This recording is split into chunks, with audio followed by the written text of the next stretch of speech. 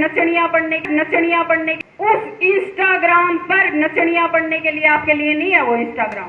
तो सबसे पहले उसकी चोटी पकड़ लो।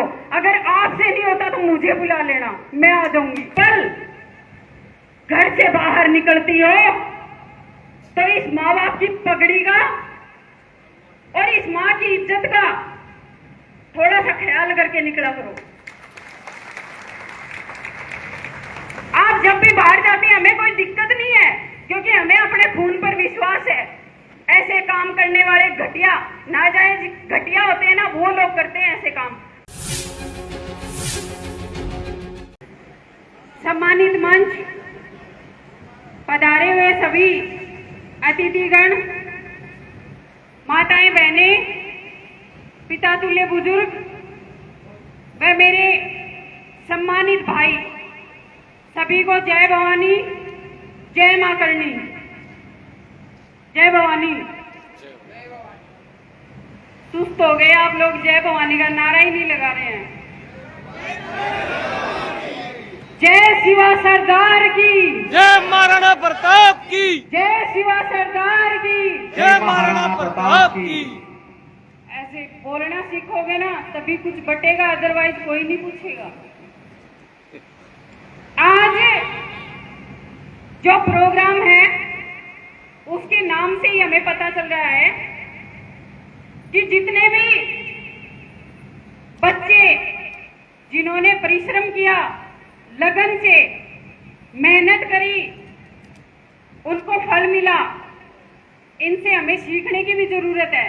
इनको फल मिला है, इसका मतलब जो भी मेहनत करेगा, चाहे वो किसी भी स्तर पर हो, फल तो पक्का मिलेगा, भगवान उसको फल देगा।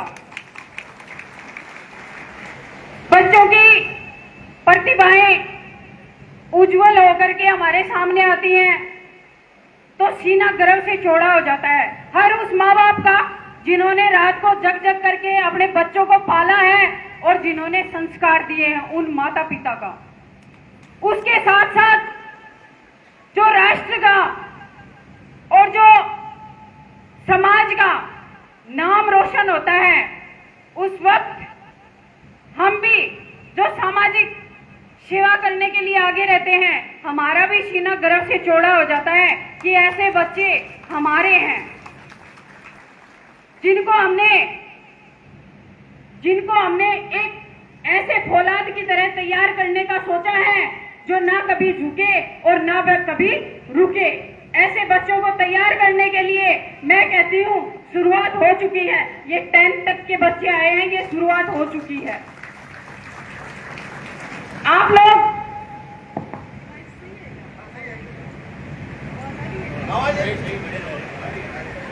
आज जो बच्चे जिनका हमने सम्मान किया है, जो हमारे बीच में हैं, जिन्होंने ठाना है कि माता पिता का और समाज का और राष्ट्र का नाम ऊंचा करना है, मैं उन बच्चों को कहूंगी कि बेटा आप पढ़ते हैं, लिखते हैं, हमारा नाम भी रोशन करते हैं, बहुत अच्छी बात है, आप आगे बढ़िए। आपके माता पिता और ये समाज आपके सदैव साथ रहेगा। लेकिन आज का जो प्रचलन है, मेरी बहनें बैठी हुई हैं, क्योंकि भाइयों से अभी तक ऐसा कोई मामला सामने नहीं आया, तो मैं मेरी बहनों को कहना चाहूंगी, यहाँ पर मेरी उम्र की भी है, मेरे से छोटी भी है, हमारे बच्चे भी हैं, सब हैं, तो एक बार कान खोल करके मेरी बात सुनना। अगर अच्छी लगे तो एक्सेप्ट कर लेना, अदरवाइज निकाल देना। दूसरा कान सुनने के लिए है, एक निकालने के लिए। आप लोग घर से जाते हैं कोचिंग करने के लिए, पढ़ाई के लिए, कौन भेजता है?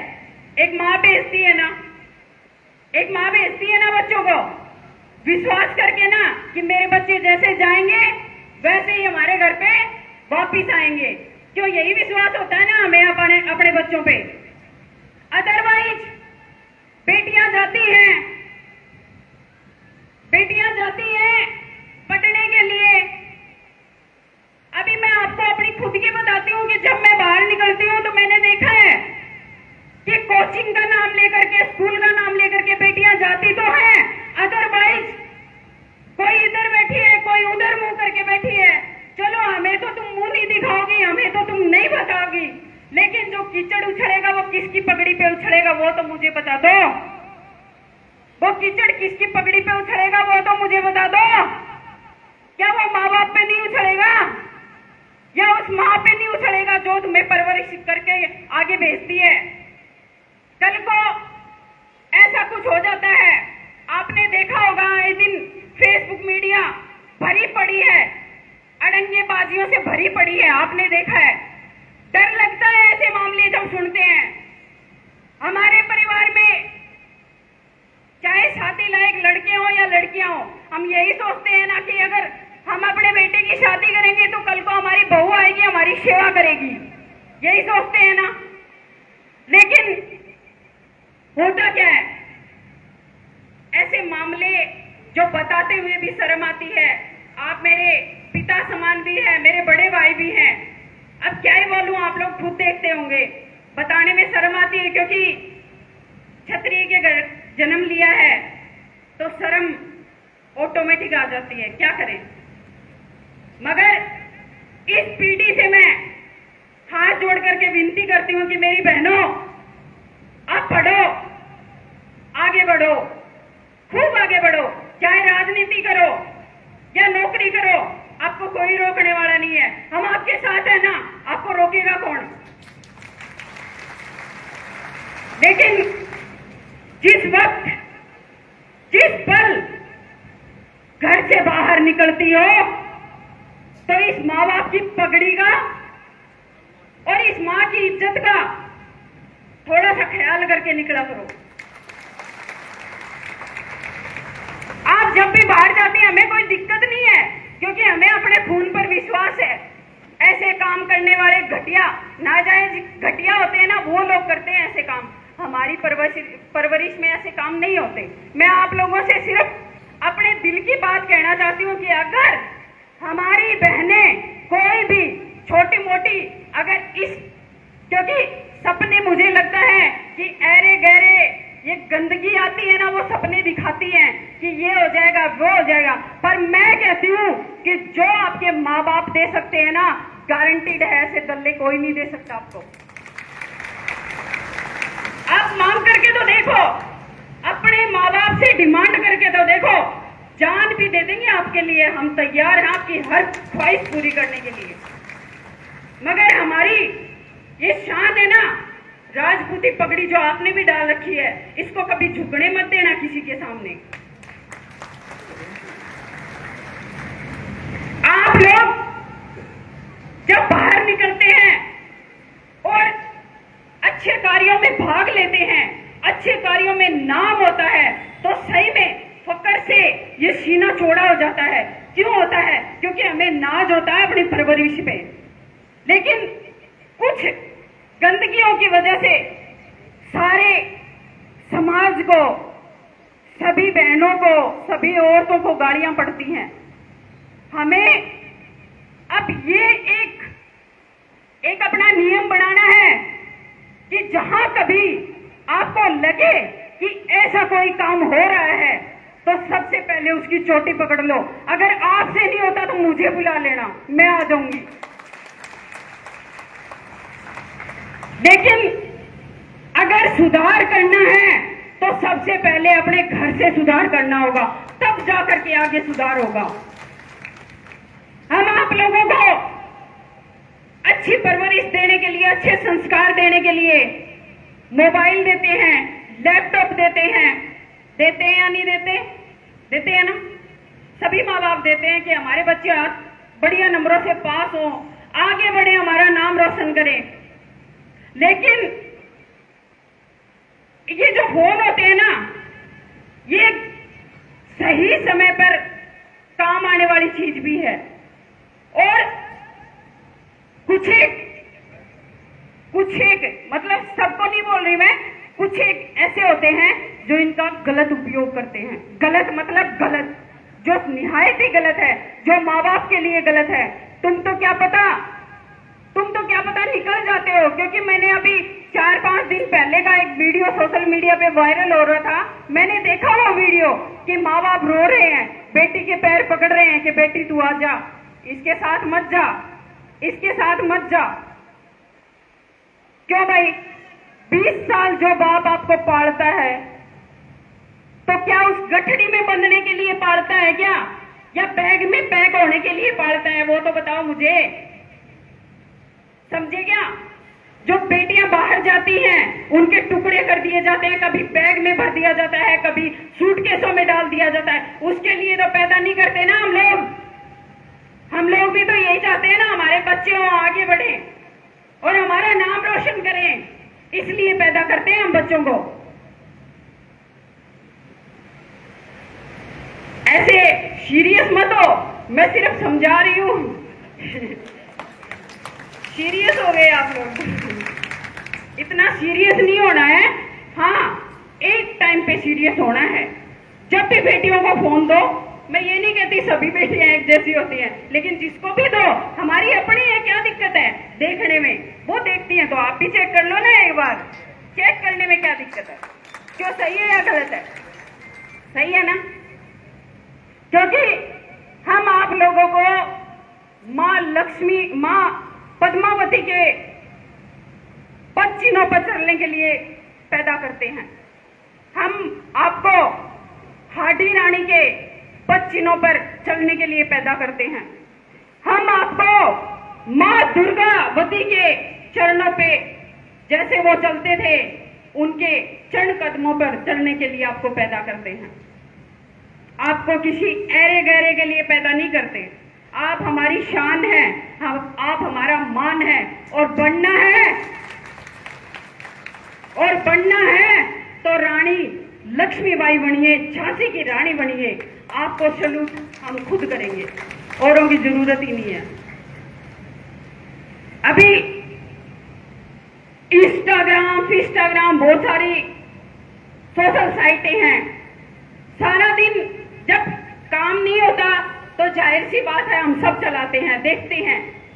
आपने देखा होगा, चलो मनोरंजन के लिए 10 मिनट 15 मिनट सबके लिए होती हैं, लेकिन उस इंस्टाग्राम पर नचनियां पढ़ने के लिए आपके लिए नहीं है वो इंस्टाग्राम।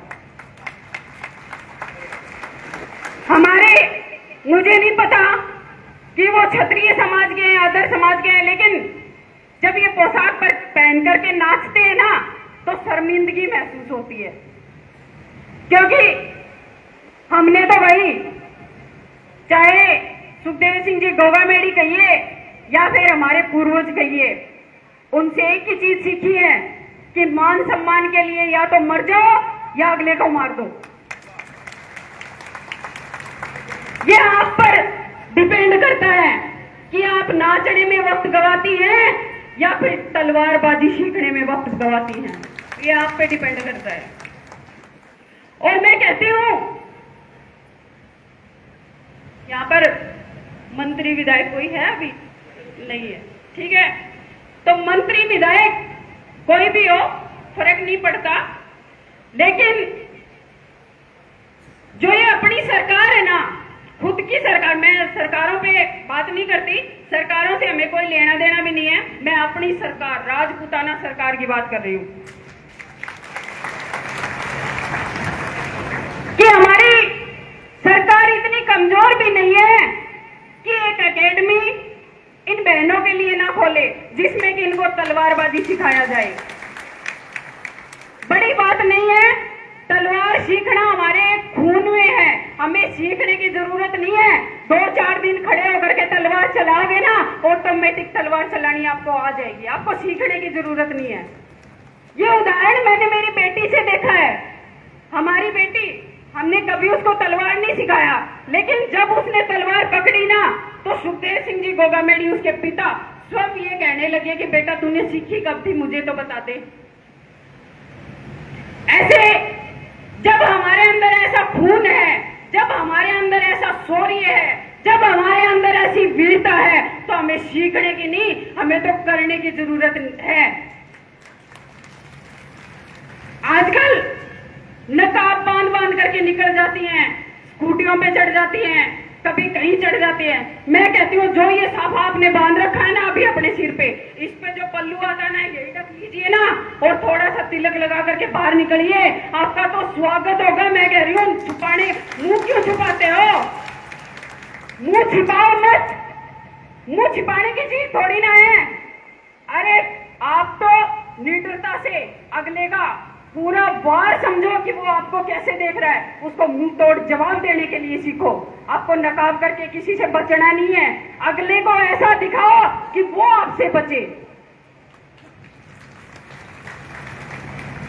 हर गली में आजकल तो ऐसा माहौल नहीं है, क्योंकि जितने भी मेरे भाई हैं पढ़े लिखे हो चुके हैं, ऐसा माहौल नहीं है कि बेटियों को परेशान करें या गलियों में जाते हुए उन्हें छेड़े। मैंने देखा है कि जब भी छतरियों की गलियों से औरतें निकलती हैं तो वह बेफिक्र होकर निकलती हैं। यही अपने को निडरता रखनी है, यही उनको विश्वास दिलाना है कि जहां हम खड़े हो जाएंगे आपके मान सम्मान या स्वाभिमान को ठेस नहीं पहुंचने देंगे। चाहे हमें मरना पड़े या अगले को मारना पड़े, लेकिन आपकी तरफ आंख उठाने नहीं देंगे।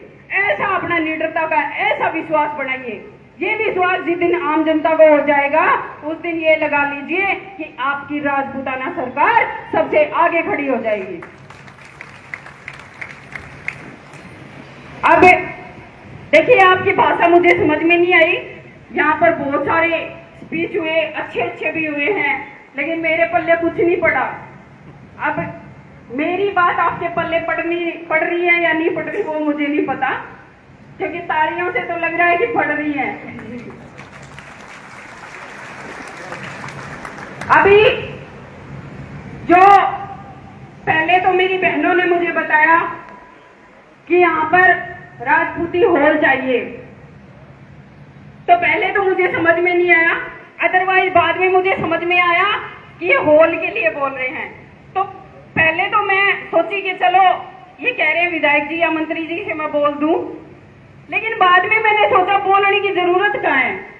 आप लोग खुद इतना इकट्ठा कीजिए कि किसी की जरूरत ना पड़े, हम अपने दम पे जिए, अपने दम पे करें। अमरावती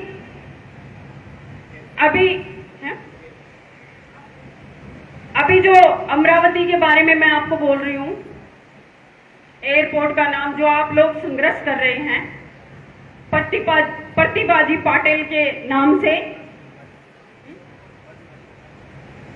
जो राष्ट्रपति रह चुके हैं, सम्माननीय हैं और हमारे लिए एक प्रेरणा भी है कि जब लोग कहते हैं कि महिलाएं कुछ नहीं कर सकती, उन लोगों के लिए वो उदाहरण है प्रतिभाजी पाटिल।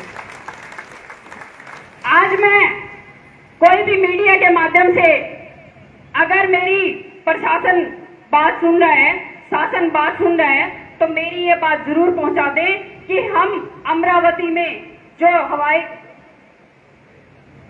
अड्डा बनने वाला है उसका नाम प्रतिभाजी पाटिल के नाम से चाहते हैं। अगर ऐसा हो जाता है तो ठीक है, अदरवाइज ये राष्ट्रीय राजपूत करनी सेना अपने दम पे आएगी और ऐसे नाक झुकाएगी कि शासन प्रशासन तो छोड़ो, सबके सब आकर के उस जो हवाई अड्डा बनेगा उसका नाम ऑटोमेटिक रख देंगे।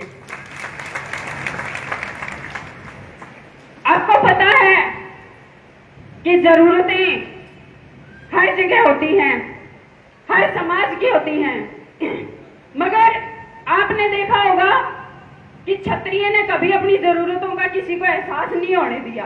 क्यों होने दिया या नहीं होने दिया? हम अपनी जो इच्छाएं होती हैं वो कभी किसी के सामने नहीं रखते, लेकिन जब बात अपने महापुरुषों पे आती है, बात जब अपने महापुरुषों के शौर्य पे आती है तो हमें लड़ना पड़ता है। आपने देखा होगा काफी सारे गंदगियां जो हमारे समाज के महापुरुषों को गालियां निकालती हैं, कभी किसी के बारे में बोलती हैं, कभी बहन बेटियों के बारे में बोलती हैं। आपने देखा होगा कि कोई भी जिसको वोट चाहिए वो नहीं बोलता,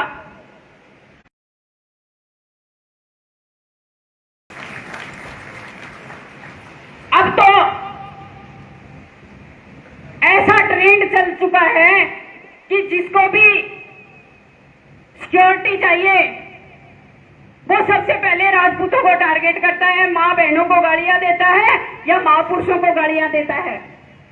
यही चल रहा है ना आज का। तो मगर मैं कहती हूं जो मीडिया से वायरल करते हैं ऐसे लोगों को अनगरल बयानबाजी, मैं कहती हूँ ऐसे लोगों को नोटिस ही क्यों करते हो? क्योंकि वो तो निहायत ही गिरे हुए इंसान है जो किसी भी महापुरुष के बारे में गलत बोलता है। महापुरुष किसी एक जाति का थोड़ी ना है। जब महापुरुष की श्रेणी आ गई तो महापुरुष का मतलब है सभी धर्मों और जातों के लोग उनको मानते हैं, वो महापुरुष हम सबके लिए सम्माननीय होते हैं। हम किसी भी महापुरुष का या फिर अपने इतिहास के साथ छेड़छाड़ बर्दाश्त नहीं करेंगे, ये बर्दाश्त से बाहर हो जाता है हमारे। सुखदेव सिंह जी गोगामेडी ने आज देखिए कितना बड़ा परिवार खड़ा किया है। जब इन लोगों को अपने परिवार के बारे में, अपने महापुरुषों के बारे में कुछ भी गलत लगता है तो सबसे पहले मैं कहती हूँ करनी सैनिकों जाग जाओ, ऐसे बोलने वालों को मुंह पे रसीद 1-2 थप्पड़ कर दिया करो। अरे आप तो महाराणा प्रताप जी के वंशज हैं। अब ऐसे महान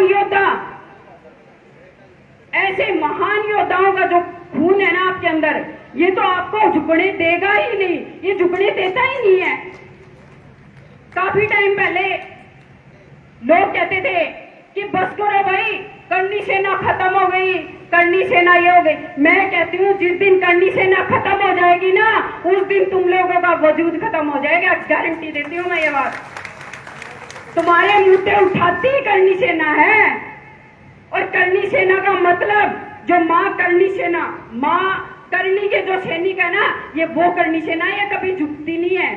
और मैं कहती हूँ जब तक स्वाभिमान रहेगा हम अपने सम्मान से तो समझौता नहीं करेंगे। सबको झुकाने के लिए तैयार है, झुकने के लिए तैयार नहीं है। टाइम काफी हो चुका है। आप सभी समाज का नाम रोशन करें, आगे बढ़े। और जब भी जैसे कटार साहब ने बोला कि चुनाव का टाइम आए तो आपको अपनी जो RLSP के नाम से जो पार्टी है उस पार्टी से आपको चुनाव लड़ना है। अदरवाइज ये सरकारें हमें पार्टी में टिकट देती भी नहीं। आप लोगों को पता है राजपूतों की क्या भागीदारी रहती है इन दोनों सीटों पर रहती है क्या? कोई भी टिकट देके खुश है हमें? नहीं, क्योंकि उनको पता है जब क्षत्रिय के हाथ में बागडोर आ जाएगी ना, तुम्हें पूछने वाला कोई रहेगा ही नहीं। क्योंकि 36 बिरादरी का अगर हितैषी है तो वो राजपूत समाज है, वो सदैव आगे रहता है। आपकी जो हमारी महाराष्ट्र की टीम है, जितने भी भाई हैं सम्मानित हैं, सभी को तहे दिल से धन्यवाद। आप लोगों ने इतना अच्छा प्रोग्राम किया उसके लिए आपको बधाई। और ऐसे ही बच्चों का मनोबल बढ़ाते रहें। और इनको आज एक मोमेंटो दिया है, कल ऐसा हो कि हम दोबारा से आकर के इनको मोमेंटो दें और इनको आगे बढ़ने की प्रोत्साहन करें।